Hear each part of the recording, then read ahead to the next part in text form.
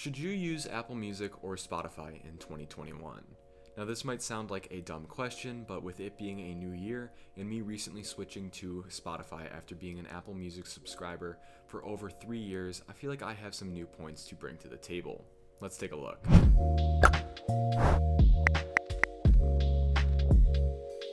Welcome to Top Spec, your one-stop shop for tech content.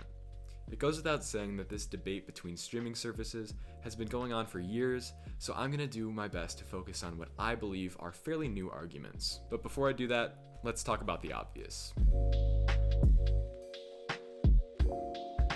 Both streaming services on paper cost the exact same, a flat rate of $9.99 per month with no option to subscribe for additional months in advance to get a cheaper rate. The only exception to this is that both platforms also have student pricing, which is a reduced $4.99 per month. Spotify also packs in an ad-supported Hulu plan as well as a Showtime subscription. I should also mention that both services also offer family plans. Both cost $14.99. Apple Music allows 5 concurrent users, while Spotify one-ups them and goes with 6. In terms of audio quality, neither streaming service is close to something like Tidal, but most users won't notice the difference between the two.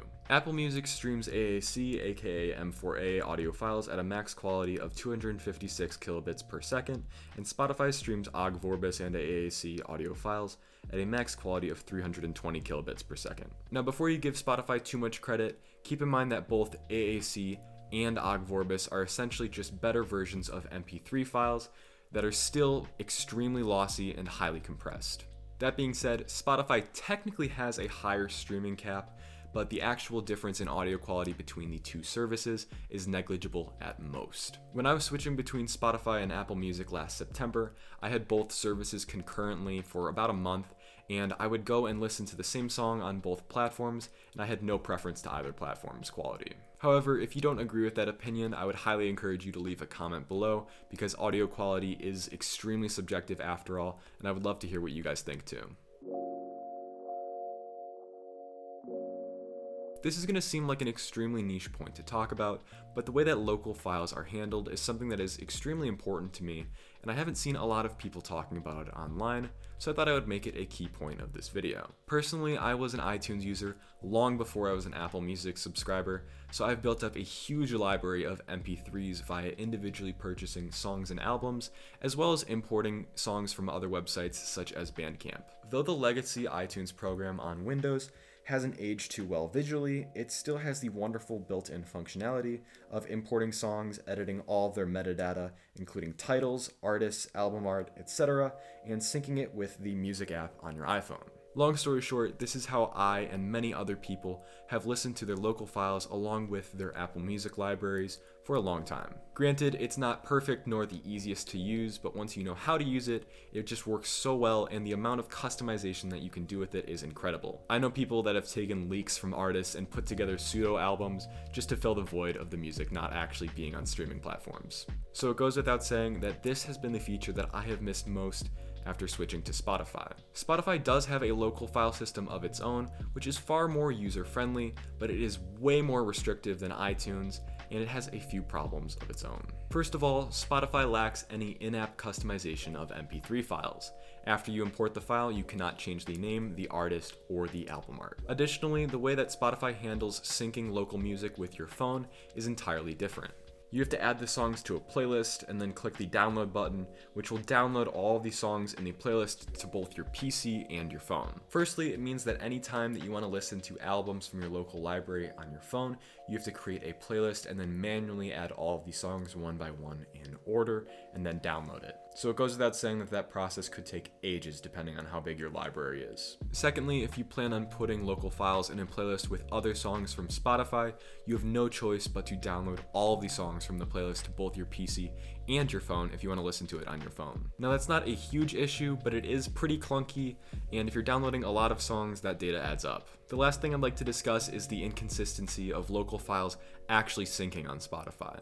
Like I said earlier, I switched to Spotify last September while I was at college, and the syncing feature never worked on the university's Wi-Fi, which would not be a problem because I can't control what the university blacklists, but iTunes' syncing feature worked perfectly fine.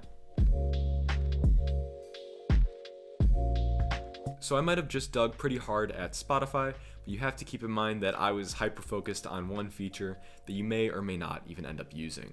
So that being said, in terms of overall user experience, Spotify has Apple Music beat in almost every regard. Exclusive content such as podcasts, outstanding curated playlists that get updated weekly, and the great Discover Weekly playlist whose algorithm for suggesting new music blows my mind are among some of the best things that this app has to offer. Spotify also has a huge sense of community thanks to the ability to collaborate on playlists, see what your friends were last listening to, and even listen to music with them via the Discord integration or even the new group session feature on mobile.